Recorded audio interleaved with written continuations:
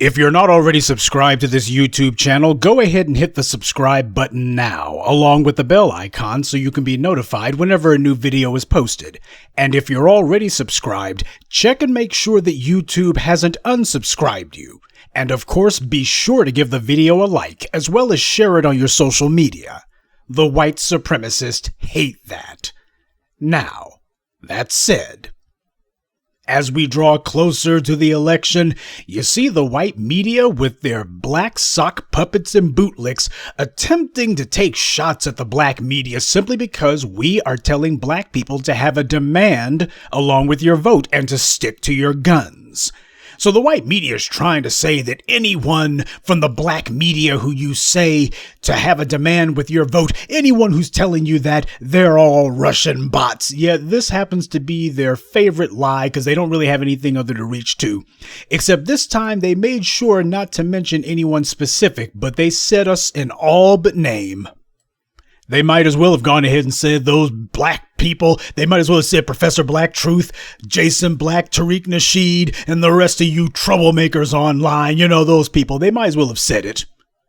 And they couldn't even find any people who happened to be descended from American slaves, any foundational black Americans. They couldn't find anyone like that. Instead, what they found were a bunch of biracials and a bunch of foreign flags and a bunch of immigrants and such. That's who they went to. So you have this just as a piece, and this is one of a number that have shown up in the last couple of days. That's almost copied word for word, but I'm going with this one because it's the most high profile one that you'll find. But there are others, by the way, with almost the exact same wording. Some white woman named Jessica Gunn or Guyan or whatever for USA Today. She's posted this little article saying that 4 years ago, Russian operatives targeted black and Latino voters. Got to make sure you put that brown thing in there to suppress turnout. But whenever they start, that's how they begin. It's about black and brown. But when you look at this, whose image do you see? Black basketball players. When you read the article itself, which is actually nothing but a hit piece, you see it's nothing but black people. But they keep saying black and brown, black and Latino, just so you know. This has nothing to do with any Russians at all.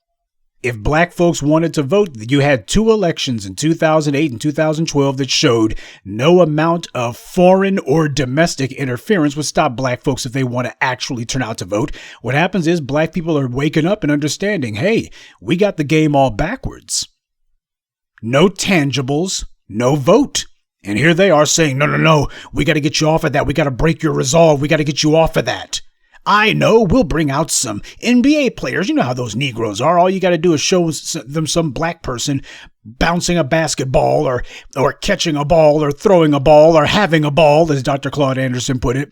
And that'll get these niggers distracted long enough to do what we say.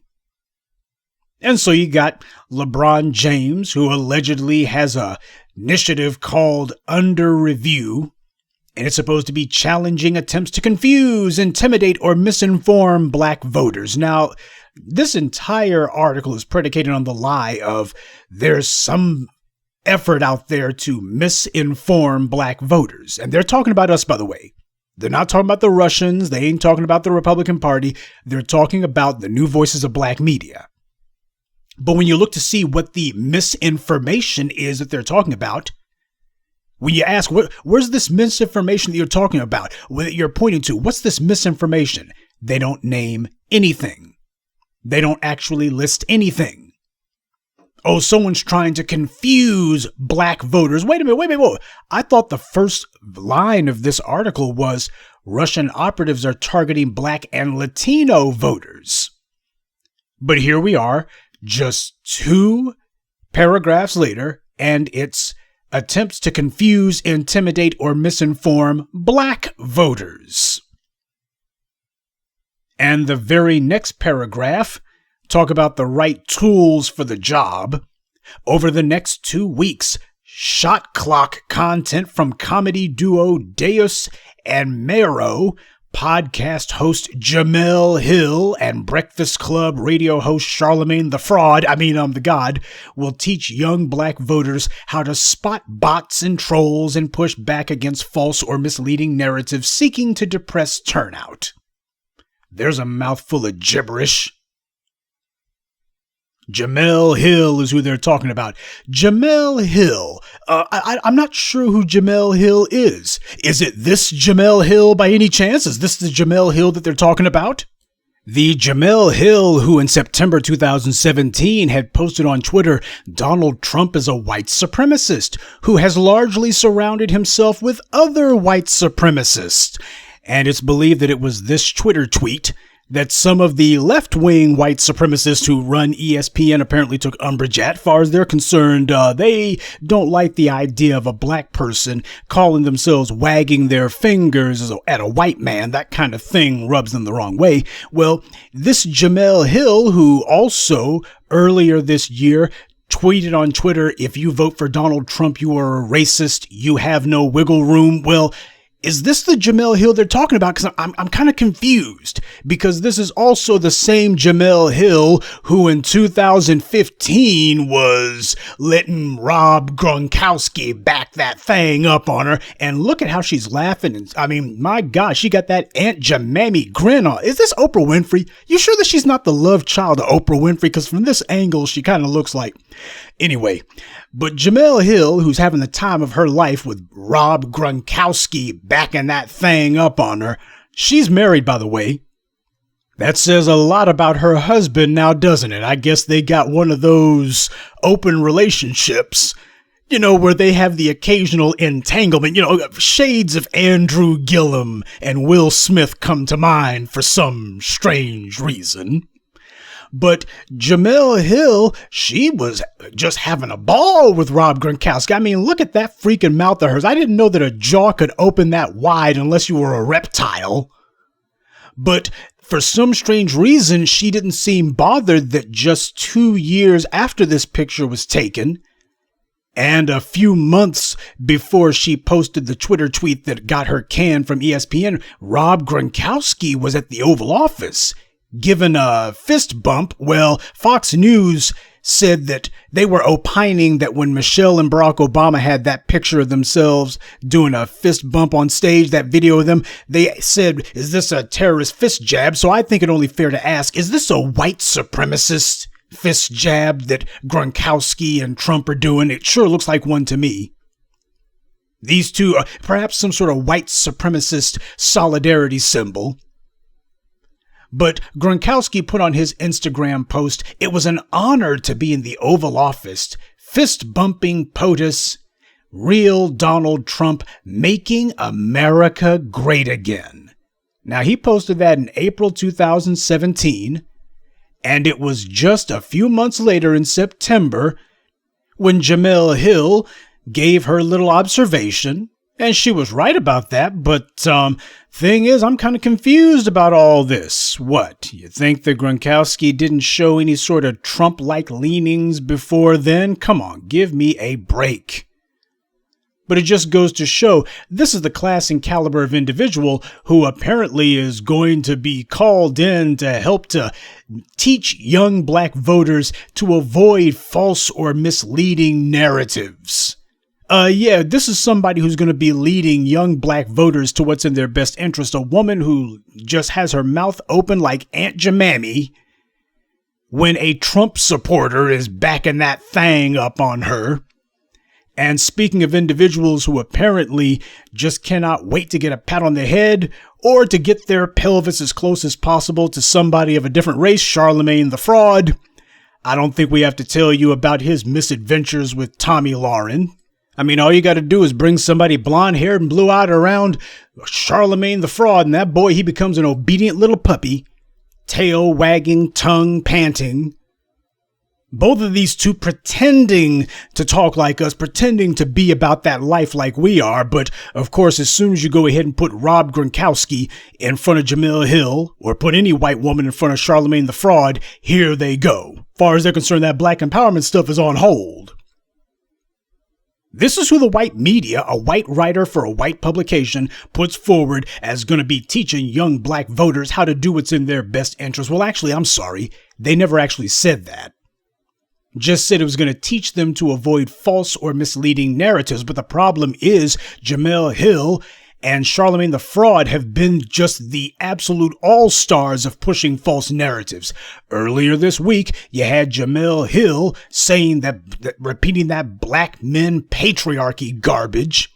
And what she said was just so asinine, the whole internet was in revolt.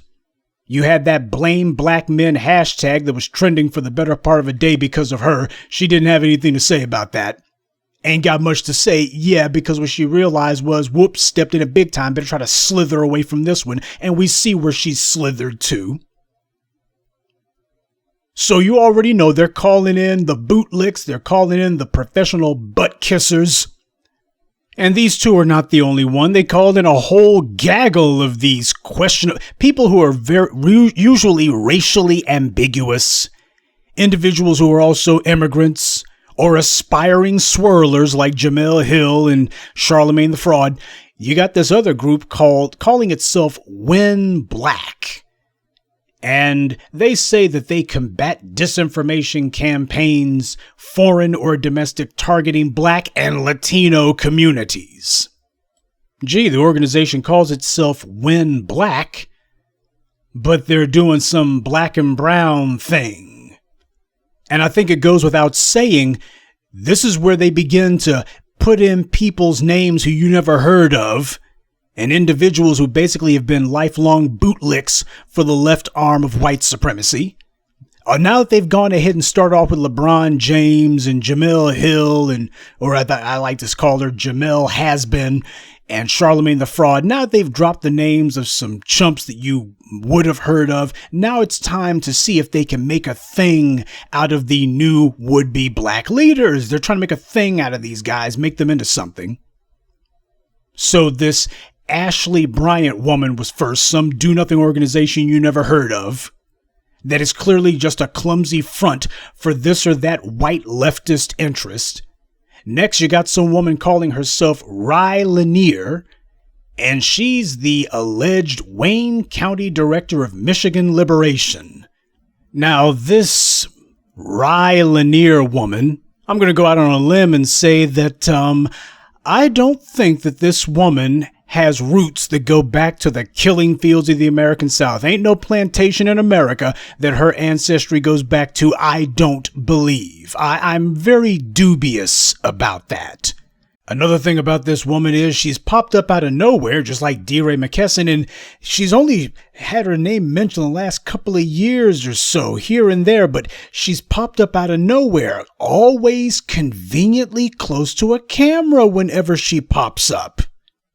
And then next thing you know, you got USA Today finding this woman who has no credentials to her name. She has no achievements, but the white media says, oh, here's some woman and we got a couple of articles that we can link you to about her. Nah, that smells like AstroTurf, not grassroots. Smells like somebody was invented and positioned. And every time you see this woman, she's always got some white folks standing behind her. For instance, in June 2017, this woman was arrested, and apparently the reason that was given was that she had parked outside of a Buffalo Wild Wings somewhere in Michigan.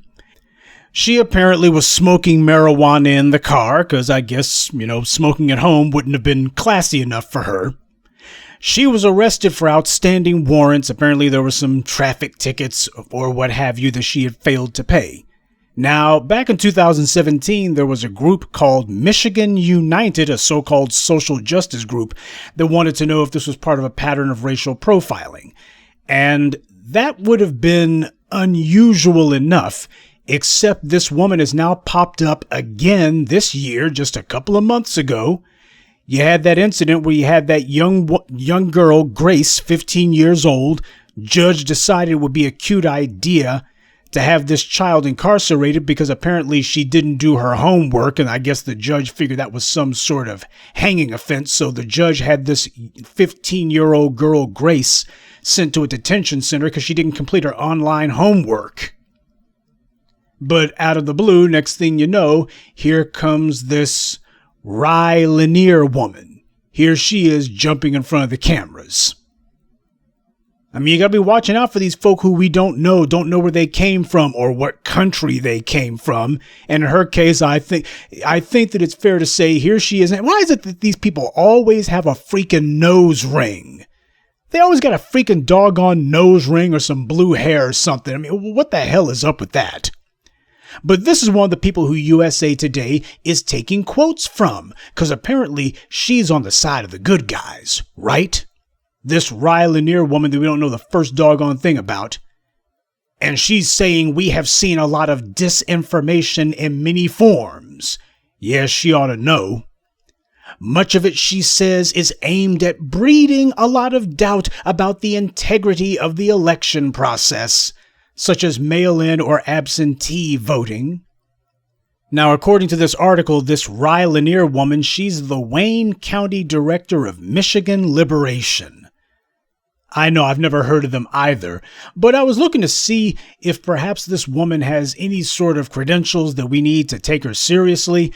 I'm sure that this probably has nothing to do with anything, though I did find it very interesting that there seems to be some sort of gift registry regarding a wedding for a Rai LaNier and a Seth Archambault. And I thought that name was pretty interesting. Archambault, definitely not the kind of name that's going to be showing up terribly frequently. But I did find a Seth Archambault on Twitter, and he happens to be part of Michigan Liberation as well. You got a guy with the exact same name, Seth Archambault. He's from the Detroit area. And just like this Rai LaNier woman, apparently he's a social activist. And you look wherever this guy's name shows up, you see that he's hot and bothered about anything having to do with white supremacy. He's against white supremacy, and he is for what I'm sure he sees as black rights. It is a constant and ever-present thing wherever you see this guy's name show up, this Seth Archambault in the Detroit area. Very strong theme with his online presence. So, although this is circumstantial, mind you, I do think that it's, if not conclusive, it's certainly indicative that there may well be a connection between Miss Rai LaNier and Mr. Seth Archambault. Now, this is idle speculation, mind you, but what are the odds that a woman with the name Rai LaNier would be listed in a gift registry because of a marriage to a man named Seth Archambault and just happen to have the exact same names as two individuals who happen to be part of the exact same organization? Now, I'm not trying to dip my toes into conspiracy corner, but I do have to wonder, is this really all just a coincidence? Is this perhaps Rai LaNier, who likes to jump in front of the cameras? Is this her and her white zaddy, perhaps? I mean, I'm just asking. I'm probably way off on this one, but I just think it's an interesting question, though. Speaking of interesting, now USA Today, having done what I guess they figure is enough laying the groundwork for the attack against us, now that they've gone ahead and been a little bit circuitous, time to come right up the middle. It's time for them to make it very clear exactly who the target of this little hit piece was. The next paragraph says, other campaigns, such as one encouraging black voters to sit out the election until reparations are made for chattel slavery, are, quote, designed to dissuade people from participating, says Nse Ufot, who runs the New Georgia Project. Not to sound judgmental or anything, but I'm going to go out on a limb here and say that Miss Nse Ufot, well, I'm willing to bet that she's probably an immigrant, or at the very least, the child of immigrants. If you couldn't tell by her appearance, I think that her name should be a dead giveaway. And, of course, her political leanings show that she's one of these African immigrants who really doesn't have much in common with us at all. She sees herself as being a dark-skinned white feminist. Another quote from her, a lot of it is Democrats are trash, Republicans are racist, withdraw from the system. So far, I'm waiting for anyone to give any disinformation. Still waiting to hear any disinformation. Instead, it's a matter of all you niggers who are demanding something for your vote. Why, that's Russian propaganda.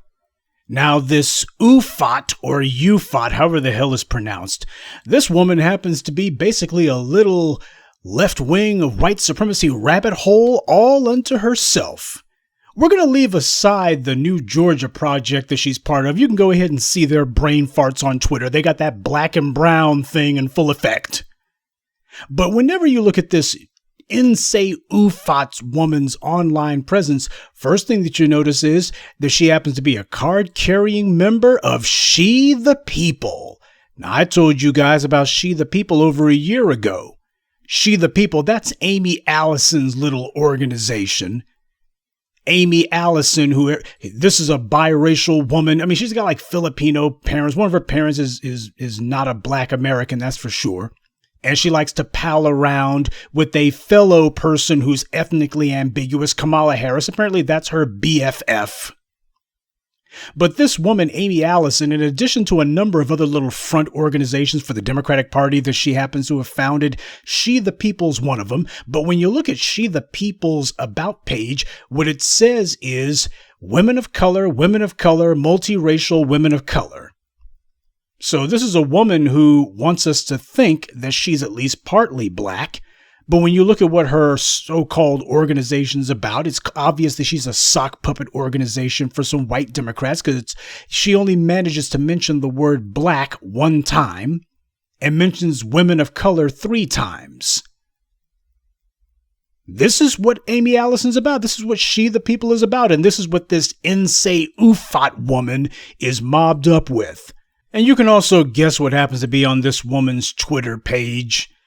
One of the things that she called herself doing was lauding white suffragists. Oh, she's showing black and white photographs of white women demanding the vote in the early 20th century. Yeah, she seems to really lionize those white suffragettes.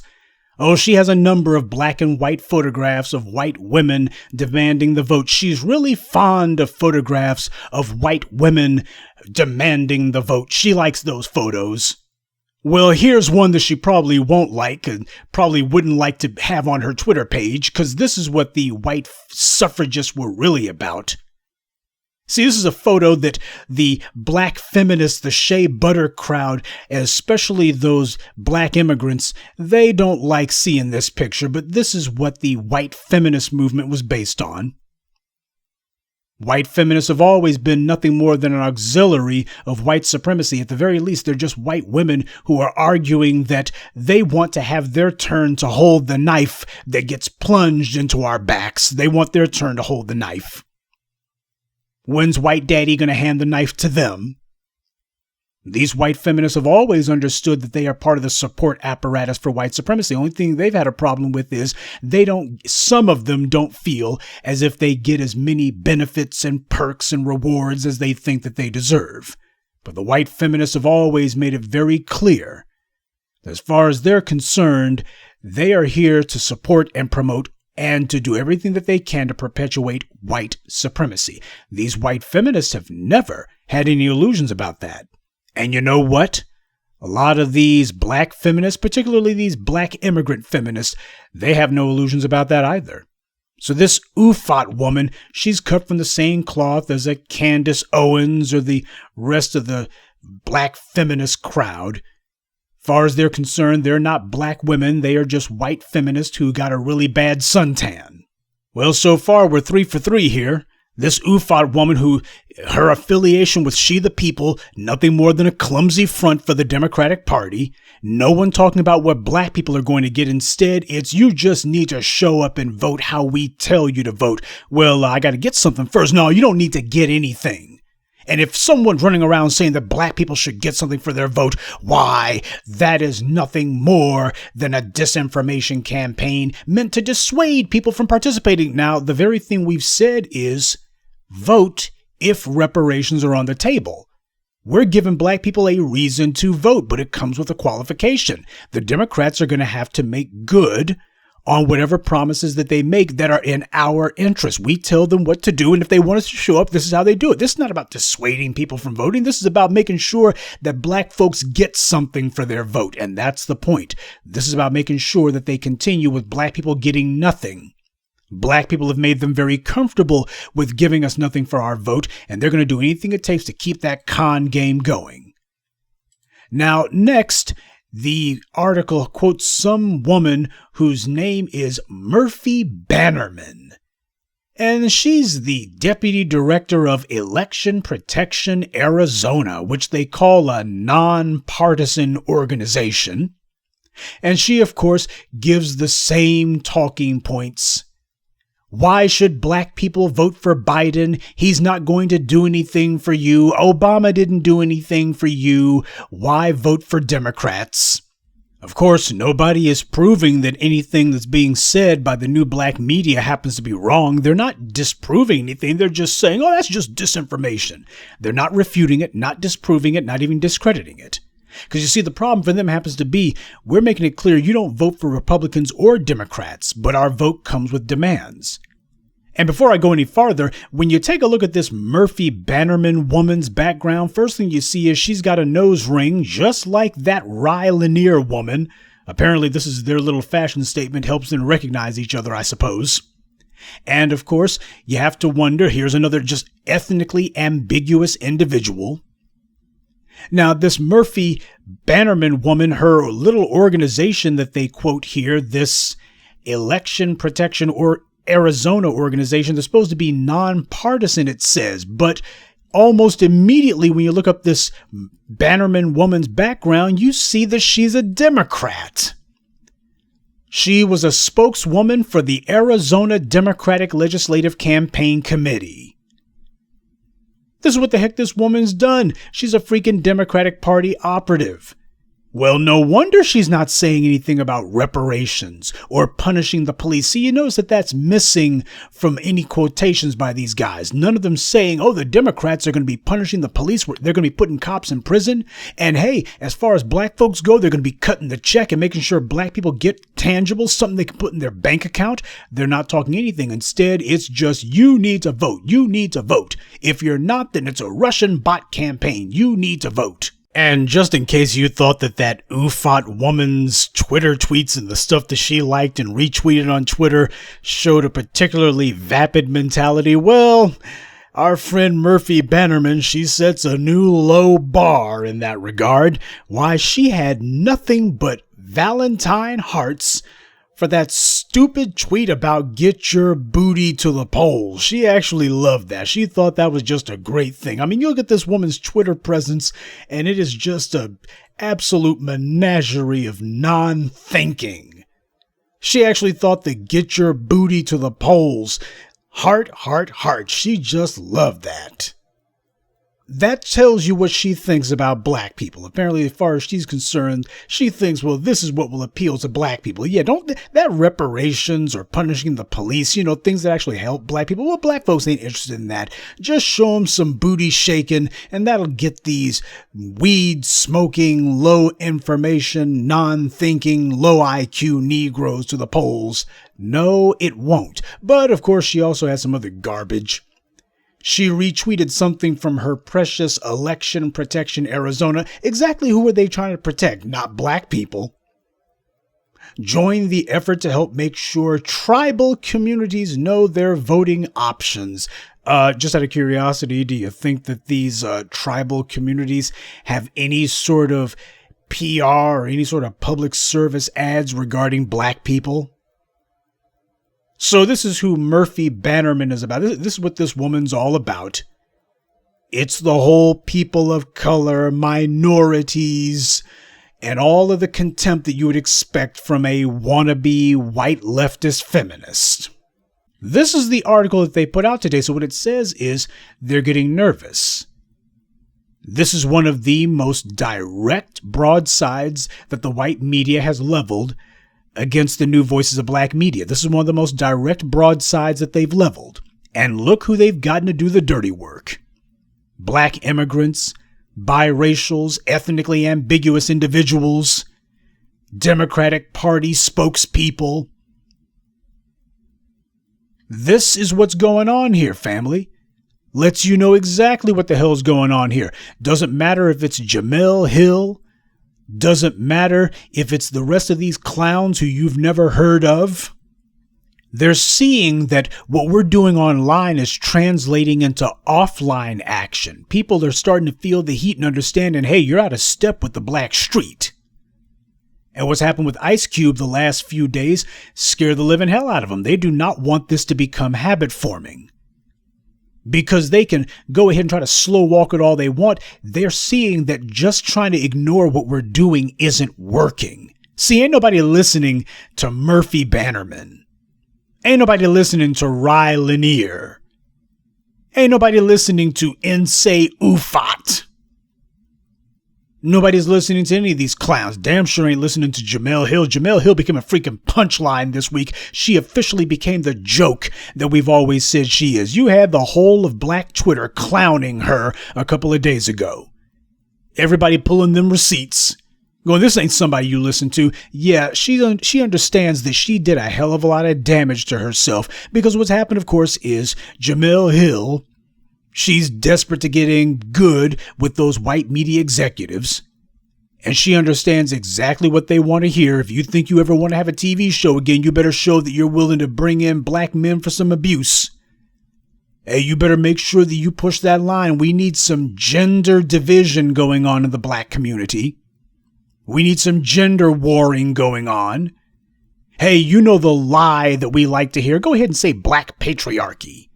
The kind of asinine rhetoric that tries to draw false equivalences between the white supremacist and black society. Oh, we're all a little bit racist, don't you know? Why, patriarchy is something that black men are inflicting on black women and have historically oppressed black women.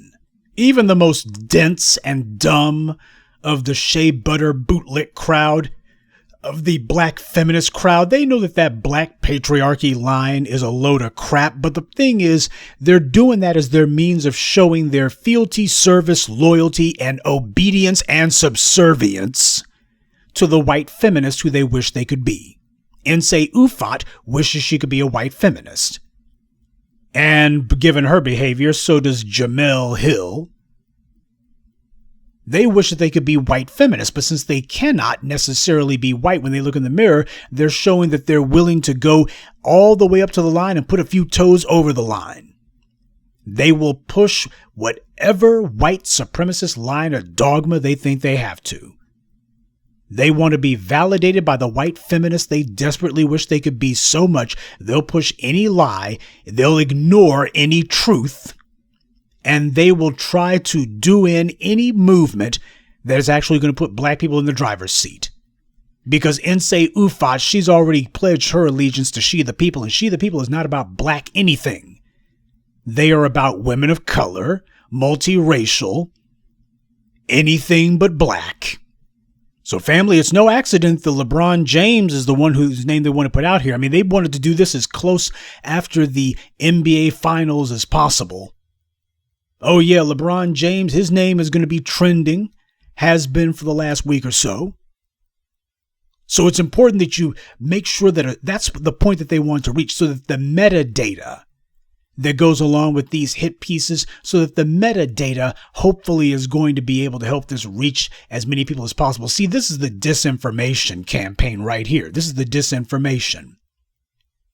You try to take a relevant, trending topic like LeBron James, and you want to attach it to these evil black people who are demanding something for their vote. Anyone who's telling you that you should sit out the election until reparations are made, why, we want everyone to see that.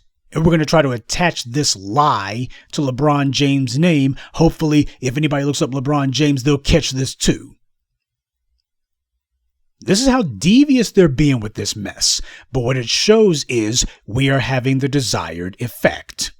Oh, there was no way in hell they were actually going to talk to us. Nah, they've already seen things getting too hot. We're being way too effective, and it's a matter of they're scared out of their wits. They're terrified. They should be.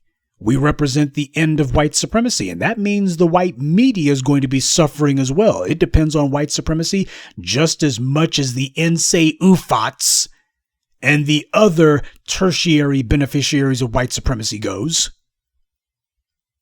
So yeah, they're not going to be saying, well, we also had a word with these new black media people. It's not as if they don't know who we are. Ain't but one group of people out there saying sit out the election until reparations are made. Ain't but one. And they're not even, notice how they're not saying Twitter shut down the people saying sit out the election until reparations are made. Yeah, because the Russian bot narrative doesn't lend itself to that. So what they did was they create a false association. Twitter is shutting down accounts that they say happen to originate in Russia. And then they mention what we're doing later on in the article so that people think, oh, it's all of a kind. It's all coming from the same source. No, it ain't. They got their little straw man that they poke fun at, and they use that as entree to go after the real target. The black media out here doing this real work, because that's who the target actually is. At no point do they say, these are people who are demanding something for the black vote. They don't even bother to give the garbage about, well, black people should be demanding abortion for their vote. Black people should be demanding environmental justice. They ain't even trying that. Instead, what they're saying is just vote. Anyone who tells you demand something for your vote before you go to the ballot, don't vote unless you know what the hell you're going to get that you can put in your pocket and pass down to the next generation. Well, don't have anything to do with that. These are the lies that are going to intensify. The white media, the left arm of white supremacy's political apparatus, and their assorted bootlicks are trying to push. They're throwing everything against the wall to see if they can get some traction. From Jemele Hill to AM Joy to this to whatever the hell's going to be coming up tomorrow, these are the measures that they're employing. And this is a long-term strategy, by the way. This is a test. Regardless of what happens on November 3rd, what they're really trying to do is to find out how solid is this movement that's demanding tangibles for the black vote. That's what this is really about. Whether or not they can find a way to delegitimize that, because that's the real target. Because that is the real threat that's being faced here. At the end of the article, they give another quote from Miss Bannerman, the spokeswoman for the Arizona Democratic Legislative Campaign Committee. They quote her as saying, "What I am seeing here in Arizona is that a lot of people are really on alert for that kind of stuff." She's talking about the truth that we're telling. "When there are these memes being shared about how black people shouldn't vote, they call them out." You got all these black folks, whether it's Agent Duvernay, Jemele Hill, or whomever, you got all these agents telling you and me you're wrong to demand something for your vote. You haven't been promised anything. You haven't even been promised that Joe Biden's going to be different than Donald Trump. No pledges. No, in my first 100 days, I'm going to do thus and such. None of that. Instead, you're just being told if you don't vote, you're a Russian bot. You need to ignore these guys. Expect for this to become even more strident and more belligerent, and expect for it to persist after the election. What you saw in Louisville with Daniel Cameron, you notice how you don't have any of the Democrats. You got a Democrat mayor of Louisville. You got a Democratic governor, Andrew Beshear. And yet you don't see any of these Democrats trying to put the arm on Daniel Cameron or Tom Wine, the corrupt Commonwealth attorney in Jefferson County.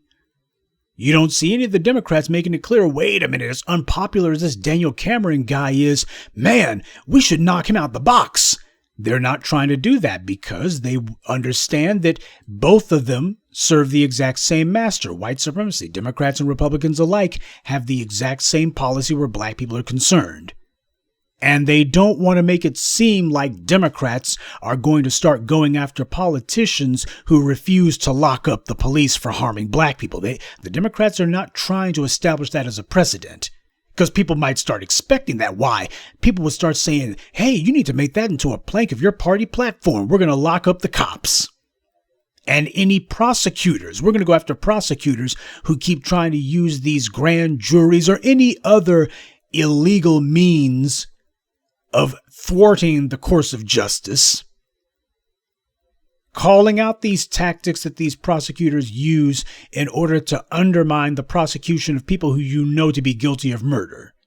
You don't see the Democrats pointing out that, hey, what happened in Louisville, that was murder, and Daniel Cameron may not be clear on it, but we are clear on it. Vote for us and we're going to lock these bastards up. Nobody's running on that. They don't want that to be a plank of their party platform. Instead, let's have some endless arguing in circles about whether or not we feel justice is done.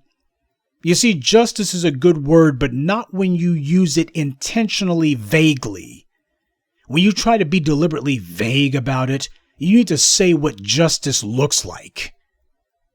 Otherwise, you rob the word of its meaning. It turns to mush in your mouth because you say it all the time, but you don't actually tell people what it means, so the word loses its meaning. But we know what justice is, and we also know what disinformation looks like. And this little hit piece by USA Today, this was a typical example of it. But no amount of foreign flags or ethnically ambiguous spokespersons for the Democratic Party are going to dissuade us from our path. We're walking the path of power. And no amount of shaming language is going to fool us. Our voice is already strong, stronger than theirs, and it will get stronger still. And all of these bootlicks and butt kissers who are out here trying to sell the soap, go ahead, waste your time, because while you're wasting your time trying to tell lies about us, we're telling the truth about you. And if you got a brain cell in those empty melons of yours, you might want to use them, because the truth of the matter is, whether you want to believe it or not, sitting out the election, abstaining from voting, that's the easy way to make sure that things change. That's the easy way of going about it. But if these white supremacists persist in attacking us and persist in pushing their propaganda and lies and persist in trying to stand in the way of our tangibles, well, there is another way that things could go, and it will be anything but easy.